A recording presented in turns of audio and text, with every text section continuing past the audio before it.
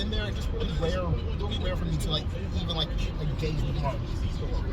Oh. And I think it's just I just think maybe because like I don't really be watching that much slow burns. Oh. Cause I really did get like fascinated with like the just the one location didn't really bother me because like you could the one location didn't bother me. It's just like a Bond episode. I like Bond episodes. Oh yeah, right. It was just like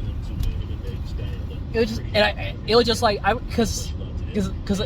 think there's like a huge advantage of like using a lot of like sound and knowing how it works to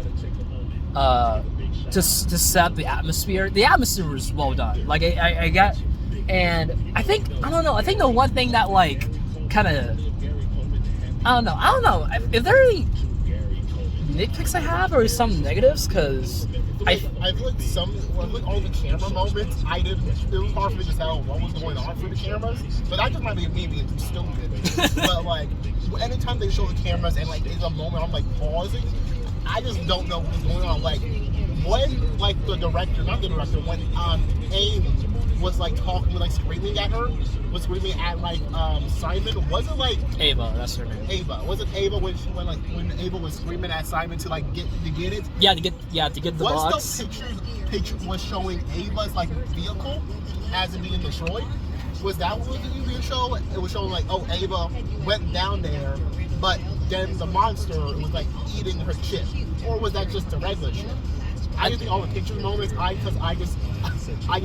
definitely will say the picture moment did like help out with make some great like scary moments because you get to see like, oh, there's like a creature down there. None like of the picture moment was scary. I would say that none of the picture moment was scary. What was I just don't find this movie scary that often. I just like because none of the picture moments scare me that much, and it was just mostly just more confusing and like it was just like, oh, I just don't know what's going on.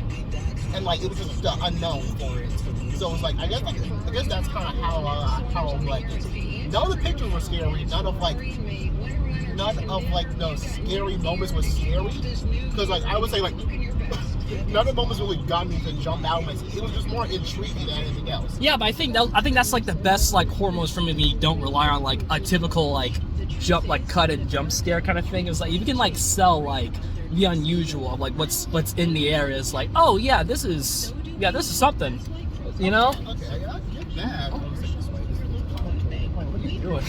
It looks complicated. Because you know, let me tell you, when you drive in, you gotta pick the smartest way possible. This is the same route. It just is quicker, and evaluate your choices to make sure.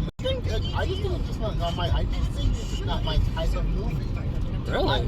I like the movie. I like what we're doing. I want Mark to do more stuff like this. Oh yeah, for sure. Like this is a great debut for a feature film for this. This is a great debut for sure.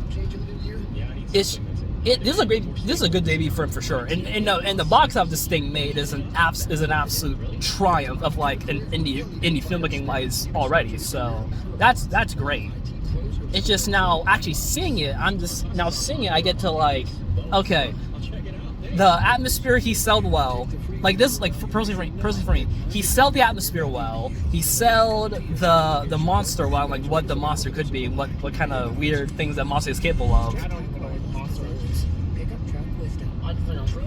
I understand what the monster does. It's like it can make blood harder, like sharper, so it's like when it attacks you, it makes it like difficult for it to move, stuff like that. I think it just makes the blood straight up toxic to people. I think the deeper because it showed how the movie showed how far deep he was in the blood ocean. So like I think that monster showed like it can affect the blood the blood ocean and make it like toxic. I think I like how it didn't just like straight up tell me everything how it works personally, because like I get to like that's for the Fury explained to do. Yeah, but yeah, it really makes me think like, does this monster really like make the blood does it make the blood more toxic? Because originally early in the movie, the blood was just straight blood. Like when it squirted Mark, it didn't really do much. It was just blood on his face. But then when he started faced with the monster, the blood straight got more and more toxic. So the monster probably makes like the blood more toxic, and also like I don't know, probably mess with like hallucinations and stuff. Like there's so many questions about that. I think it's probably explained in the game that I probably don't understand because again I never played I haven't seen the gameplay videos of Mark. Oh yeah, that's right here. Oh, right here? Yeah, of like Mark playing the game. So now we're fully aware of that. Oh, you can park right there. But yeah, I was again like a good 8 out of 10. I definitely think this movie can like improve on like I don't know, giving some more context into some things, like how at least like give like have like some data stuff about how the monster works and like what it can do and the dangers of it. Maybe I think it could do that, but yeah, I think just overall how this like I do love like how Simon went through hell in this because how much he was just straight up begging just to like him just to go, and you know how much he wanted just to leave, and yeah. Okay, I think I got it now. I think I got the moment that I got really confused by. Not the moment I got confused by, but the moment where I'm like wild on the fence with it. I felt like while I get like Mark's like your whole like he's struggling and stuff like that, I do feel like some of his dialogue with AIM was kind of repetitive. It's the same like a line with like same level of desperation with like I need to get out, please, you promise, stuff like that. And I'll keep on like hearing the same thing and expecting something to be different, and it's not different. So I thought Mark would do something different about it, or like sided with like the blood one with the blood beings. I would call them the blood ones, but like I feel like Mark's story, while Mark's story was tragic, we really didn't feel like Mark was like going through like a different change through it. Oh, his character didn't change out. It felt like he didn't change that much. And also I feel like most of the time was trying to explain or like keep secret his backstory. But his backstory. Well, they did show some flashbacks. I think you missed one of the flashbacks of the facility he's been working out exploding. That was one of the flashbacks I was showing you missed, and it's not even about like I need to know about the flashbacks. I just think like his backstory isn't like that engaging. So when he was getting the reveal of his backstory, when like it was going through it, I was like, it's not that interesting compared to what's happening right now. And it also didn't really explain some of his personality's effort. We know he's a criminal, but he didn't want to do it. But he was called the Butcher, and he was a murderer. But because the story was just isolating him. Oh, in that one location. It's hard for me to really see that, this guy was a brutal murderer. Right. And I feel like his backstory was just like added on to make people not like him. Mm-hmm. Well, not to make like the beings not like him. But I feel like the backstory wasn't that engaging. And I feel like Simon's story throughout, but felt like he was just stuck in one place. Of either him trying to just survive or to like get back up. And then he was just trying. Anytime he gets a chance to call someone, he's begging for like help the same way, saying, At least he can at least negotiate on like a way just to actually get out of the sub. Until the Black Boss, that was probably their last time talking. Yeah. But then we got dragged back into Ava.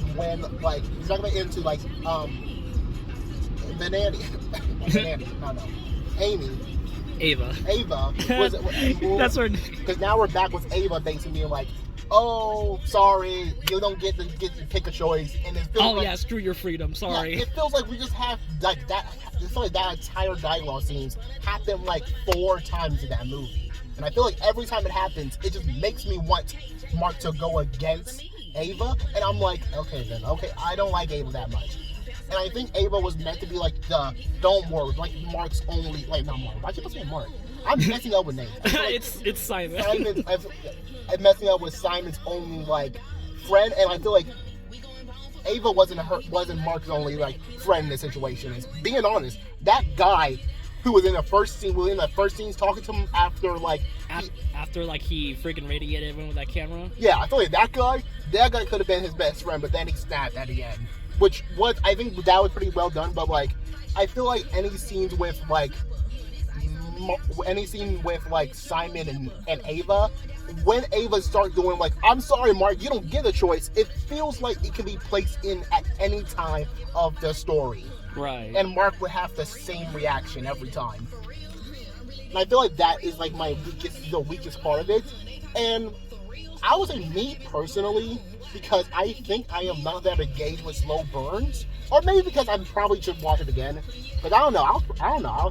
I think this does require like a second viewing just to like get some stuff that you missed. Yeah, so I would say for right now, I will grant it a 7. I'll take it a 7. I'm saying it's a 7, has potential to be an 8, but like in my personal preference, knocks it down a few points. But I think I really do like the movie. I want Mark to keep on doing stuff like this because he's great with cinematography. Oh yeah, for sure. Great with character interactions, because like even though he's great with character interaction and talking to characters, and this whole movie is basically just focused on one character and him being stuck in the one area. I was engaged when he's stuck in that one area for a decent amount of time, because like not just that the situation is engaging, but also Simon is engaging. So I think like overall after that, I'll say it is a 7. Okay, you'll say 7? Yeah. I think you made some good points too about like some of the critiques. I will say 7.5. I still think it's very good. This is a very good debut and stuff. Just like a 7 for a debut is very good. Oh yeah, for sure, absolutely. Like 7 out of 10 is very good because like. A lot of people treat 7s like it's a failing grade. Right. that's like a good C. I was like, for your first movie out, that's like a good C. I was like, yeah. Being honest, K-pop Demon Hunter is a 7. It's a 7 out of 10. Yeah, I would say the same thing about that. I'll also put K-pop Demon Hunter as a 7.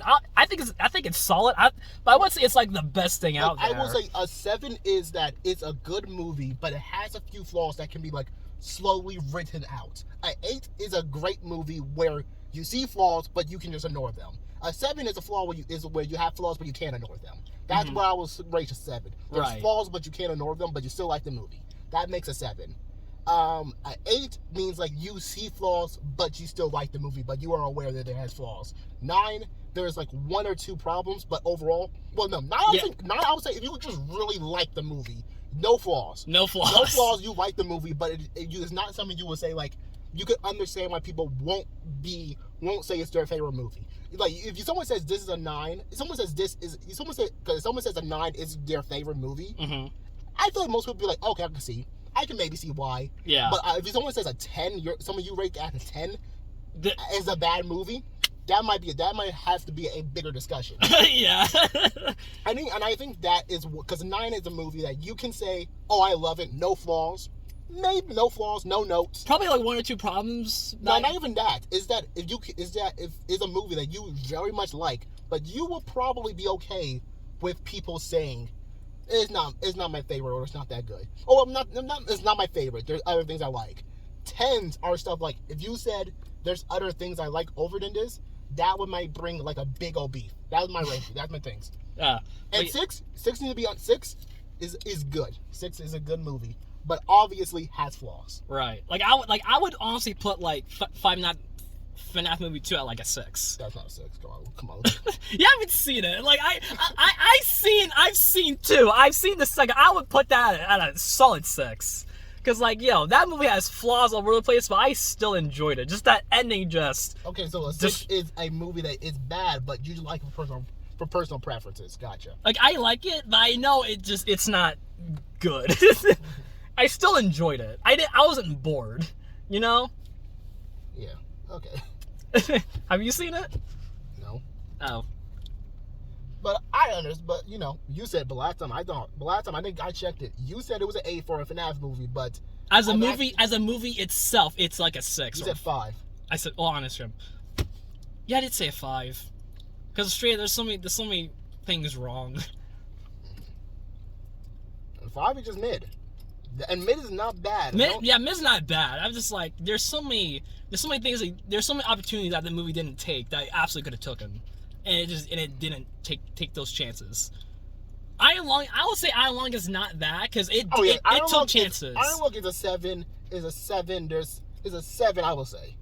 Because that movie took chances and it struck on those chances. Mm-hmm. Like it legit got stuff like, damn, I'm happy this movie actually made this decision. The movie did a lot of risks that I feel like every time they did these risks, I was okay with. I feel like the movies fell back is when they start falling into typical tropes, like my one and only friend partner is like this one person. I feel like any scenes when it's like stuff like that, or it's like, sorry, the deal's over, change of plans. Those moments are like the moments where like those typical generic moments are the moments where I feel disengaged. But like I feel like when we're just focusing on like, you know, what's going on in his journey through it, it's engaging. But I will say it's engaging, but it, like being engaging isn't enough because I feel like Mark's story is the same place where he started at. Yeah, character-wise, it is the same because he's just. Well, then again, it is really about a guy trying to get out of the sub that he's been placed in. Yeah, I get that, but I don't want, if you're doing a movie focusing on a single character, I want that single character to not just feel like, what will I do in that scenario? I want that character to feel like a character that has his own ups and downs, his character stuff. It's just like Simon. Okay, wait. I actually get it. Simon moves and talks like he's like a video game. Like he's in a video game, but he's actually doing the tasks. He's like, oh, you gotta be kidding me. How you go do this? And like those moments are like, oh, that's nice. Yeah, this does kind of suck, but like he's still doing it. So it's like he's like if like a character, he's like if a gamer is like forced to like actually do this, which is like, fitting because it's based off a game. Which is fitting, but like I will say, as story wise, I feel like Mark's story needs to like Simon's Markiplier's. It's Markiplier's writing. Yeah, Mark. I didn't not Mark. I don't want to talk about real people like that. I want to create a wall of separation. I feel like Simon's story needs to like. I want him to progress a little bit. Like I knew Simon was probably going to die. I don't know. Halfway through the movie, I kind of had the knock of that man's dead. That man dead. You like that knock out that man's coffin. It's like, yep, his coffin's coming. Yeah, I knew he was gonna die, and when he lost that arm, I said, yep, that's a wrap. That man's gonna die. That's a wrap, buddy. I'm sorry. Because like I feel like maybe at the start I maybe thought, oh, maybe he would be fun, but like later on, I knew that man was 6 feet under. I mean, he's already 6 feet under. Like, so like, it'll be an absolute miracle if he even made it out. That'll also be the most jumping. That'll be the most jumping the shark though. If we actually made it out. Being honest, not really. But like, I just felt like being honest, not really. But like, it's just that like I knew that man was probably going to die. But his story didn't really like build up for his death. More like it, because not like he's like atoning from his actions. It's not like his whole like motive was about. I don't know if the story was trying to tell him that Mark's and that like Simon needs to die to atone himself. Because I know like Simon with his entire time was like, I just wanted to live. I just want to live. It's just so bad. I just want to live. And then in the story he died. I don't know if the story is trying to tell me that Mark needs to atone for the sins. I think maybe in like that climax, I think kind of you slowly try to accept it. He starts like, okay, if I am going out, I'm going out like at least getting something.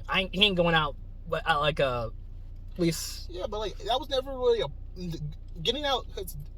It never felt like that moment was the build up to Mark's, was like build up for him to like die. Because I messed up. I felt like moments like that when he's like, okay, if I'm dying, I'm taking something with me type of energy didn't really feel like character development. It just feels like a character's breaking point. Yeah. And like a breaking point character is fine, but it didn't really feel like Mark as a character, Simon as a character developed that much, which I feel like Simon as a character is engaging enough that he can last a whole movie, 2-hour movie pretty well. But like I would say personally, I always do like a character that like is way more of a moving character. Okay. That like progresses plot. Because I still like him. He's still like, I would say Simon as a character, 9 out of 10. Okay. All right. But I would say the story that Simon was in, I would say it's a 7. Okay. All right.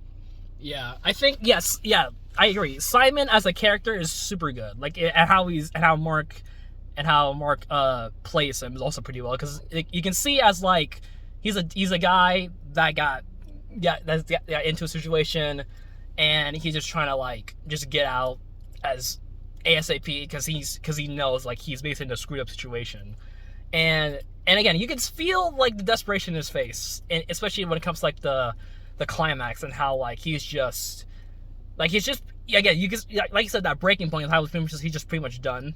Like he's just done with all this stuff. He just like he'd rather just go out fighting than to go out like as a scaredy cat, doesn't know what he's doing, you know. So yeah, I agree with your take on that one, and I definitely think the story definitely needs to be improved. I don't want to say that because the story is like.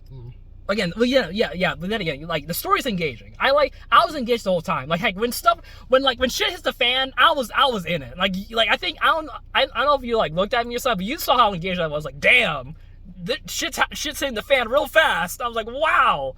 Like I was just in it. I was engaged the whole time. I was never ever bored. Like that's the thing. And I think that's like my bottom line for any movie I'm watching. If you can keep me engaged the whole time, that's satisfactory to me. And if the ending is also really good too, if you actually have a good, at least satisfying ending in a way, if it's bittersweet or it's happy, like tragic, whatever. Like, if you can make an ending that feels satisfying for the story, I'll be satisfied because like at least it makes sense with like the story you're telling. And for that to be like a bittersweet ending with like Mark being drowned in the blood and yet the life jacket that he got with like whatever's in the box being up and above the blood ocean and stuff.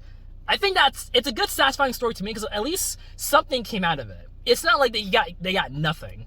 That was just made the whole point of the movie just worthless. At least something came out of it. And I was like, okay, cool. At least something came out of it, right? So I'm satisfied on that part, like ending-wise. So like, yeah, at least something came out of this.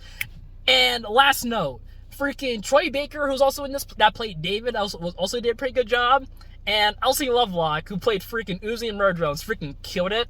I think that was like, and that was who that was, who was voicing the hallucinations. I was telling Simon all those things. She freaking nailed it. I did not realize that was her at all. Or hell, I didn't even see Uzi in that whole performance. That was amazing. And like, man, she can play a freaking mussed up motherfucker. Like, oh my goodness, that is.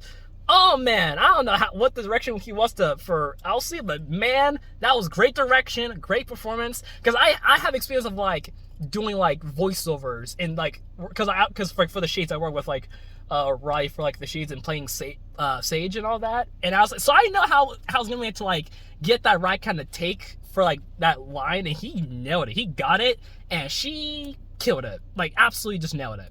And I was, again, engaged the whole time because everyone did a good job. No one held back once. No one held back once. I was like, that's what I love. Like he should have made a passion project that he was able to get distributed into like 4,000 theaters, which is incredible. And just the novelty of that alone is just amazing. And us watching that in theaters for the first time was just, oh wow, I can't believe we're actually watching this. and our fans of the movie aside, the fact we even got that chance to watch it in theaters is just amazing. Like, oh man. Today might be the last week. I think, yeah, this is the last week, and that's why I wanted to do it now, because like next weekend it's out of theaters, so I want to do this now, and I'm happy I did it with you too, and it was pretty nice. Yeah, it was nice. Yeah. Wait, you've been recording? Yeah, I've been recording our opinions this whole time. Oh, okay. So at least it's unfiltered. You legit told your whole opinion, which is cool. Okay, it's fine. It's only off like 20 minutes. We've been yapping for a little bit. Yeah, we've been yapping for a good while. It's good opinions though. But yeah, pretty good movie. 7. You said 7 out of 10. I say 7.5. Again, still pretty good. You said 8. You said 8. Well, yeah, I said 8 originally, but I changed it. I went down to like 7.5 because like you made some good points on your critiques. I was like, yeah, you're right. You're right on like those points. But I still say 7.5 because like it's again very engaging and I was just in it the whole time. I didn't have a moment where I'm just like, okay, that doesn't make any sense. Like I was like, oh no, this is stuff's going on. I was like, okay, wait, what's going on now? Like I was just engaged, and I didn't like question like if stuff didn't make any sense. Like at least I was in it for the story. I was in it for like Simon the whole time. The interactions he had was pretty good, and The VFX too also pretty good. Oh my god, the VFX the VFX was amazing. Holy cow! For an indie movie, this movie had a budget of $3 million, and the VFX looked like it was a freaking Marvel movie. Jesus. I think that what happened when you only had to like do the VFX for one character. For like at least for like one certain scene that you're not gonna like. Because like I think every other character we don't really see that often, so like you don't have to pay for their their makeup. Mm-hmm. Outside of like that one scene of like Ava's eye, that might have been the effect. But like, outside of all of that, I think like the effects were only there for like Simon. It's that one major scene when like the freaking fish went through and you see all the blood ocean, the blood water just like coming through and use that whole thing was VFX. I was like, yo, that looks awesome. Oh my goodness, the production value. Again, $3 million, and it looked splendid. Like, man, dang, they used that money wisely. They definitely got their money back from it, definitely. Oh yeah, this movie made like what, $21 million opening weekend? Like, yo, that's profit for an indie. And he's gonna use that money too to pay his crew's bonuses. I'm like, yo, that's like the best case scenario. Yeah. That's like best case scenario. Like, oh my goodness. So, yeah, this is amazing. This is worth it. Like, it was worth the price because like, use these fresh voices that we usually don't get to see unless you talk about like the same filmmaker like Spielberg, Raimi, all that. Having a fresh voice like Markiplier make this and get it out there, it's like feels so good. It feels so good to see, and. Again, opinions aside, it was just amazing to witness, and on the big screen with like 5 other people. You know, it was a very small theater. There were a little more than 5. There were some people behind us and next to us. I would say like, I would say it was even 10. No, I mean I think there was because I counted 3 up front and 2 in back. There was 2 next to us. Oh really? Yeah. Oh yeah. Oh yeah. So I think in total of all, I think it was like close to 10. So yeah, it was pretty good. I like it. Yeah. I think that's all I have to say. VFX, performance, the blood looked amazing. Oh, jeez. I can't imagine what it was like to be Mark and he had to swim through all that blood for that climax scene. It wasn't real blood. Well, no, I know it's not real blood, but the amount of like the piles of fake blood he had to like swim through for that whole climax, I was like, dang. He got dirty. He got all, that's like, he put all, like, blood, sweat, and tears into this movie, and it's amazing to see. So, oh man, yeah, I think that's it. That's all I have to say. It's in there, just really rare for me to, like, even, like engage with Mark. Oh. And I just think maybe because, like, I don't really be watching that much slow burns. Oh. Cause I really did get like fascinated with like the one location didn't really bother me because like you could the one location didn't bother me. It's just like a Bond episode. I like Bond episodes. Oh yeah, right. It was just like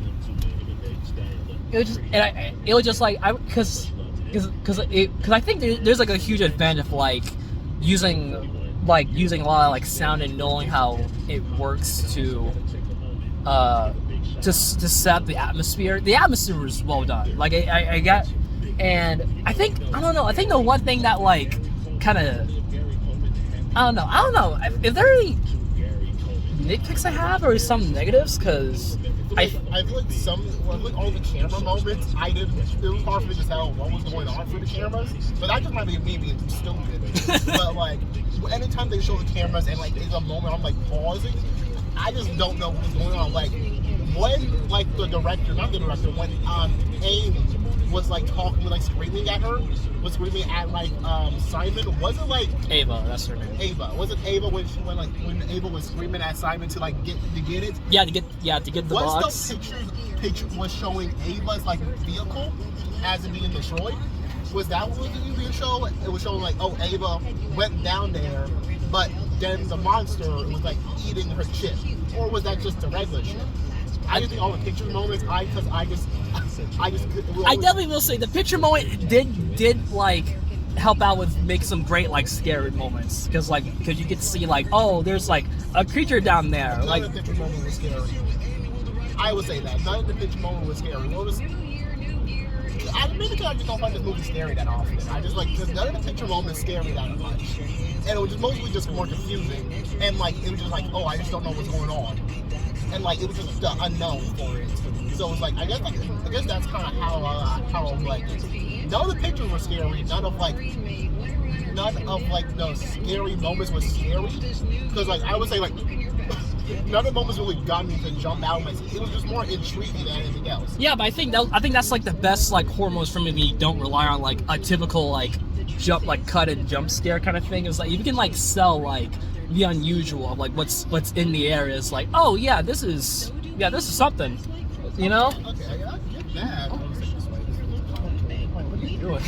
It looks complicated. Because let me tell you, when you drive in, you gotta pick the smartest way possible. This is the same route. It just is quicker. And evaluate your choices to make sure